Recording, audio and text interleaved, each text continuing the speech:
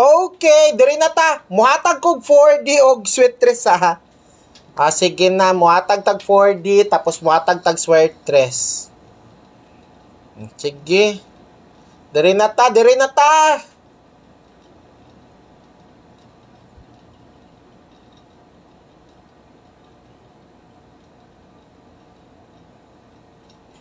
Muhatag kog 4D og sweet tres karon. Para sa tanan-tanan, muhatag ko.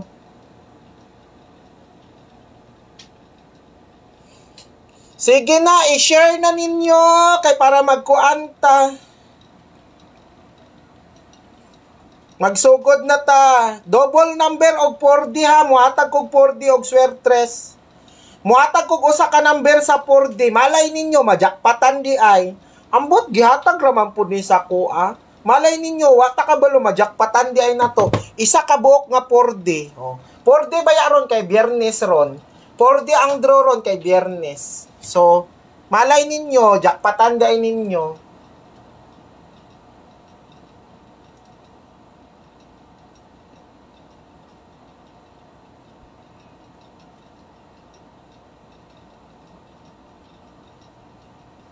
Compute sa birth code. Dali lang manggod ng birth code. Paminaw mo ha, katong mga hilig og birth coding. For an example, sa birth code, katong mga hilig og birth code, paminaw mo. Ani na siya mag-compute. Halimbawa, birthday nimo karong adlaw, January 19, 2024. Karon ang birthday nimo January, gipanganak ka January 19, 2000. So ang edad nimo is 24 tapos ang pagkuha na sa birth code nimo kay 01 19 24. So ingana. So since 24 ka na ay 24. So mag-compute kag birth code ana lang na. Pwede 194, 924, or 124. Unsaon ba? Unsa ba? Basta, ana. So, dali lang man mag-birth code. Dagan lagi nag-friend request na ko, imo ang account og nawong nimo.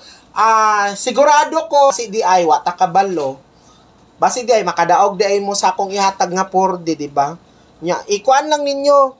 Rambol-rambola lang ninyo, pwede 1. Saba? Sige, basta 1, ana, 1. 4 digit 4 digit. Mauna siya ang ginaingon nako. Nakapila na ko nag-inform, ha? Kapila na ko nag-inga. So, mao ni ang akong 4D, 1511. Malay ninyo, basi mo daog day mo ana. Pwede na ninyo baliktaron og 1115. Ana, ha? Pwede 1, pero ang pinaka-target nako sa 4D, 1511. Then, baliktaran ninyo 1115. So, kung ganahan mo basi ganahan di ay mo. Di ba? Ana lang. So, try lang.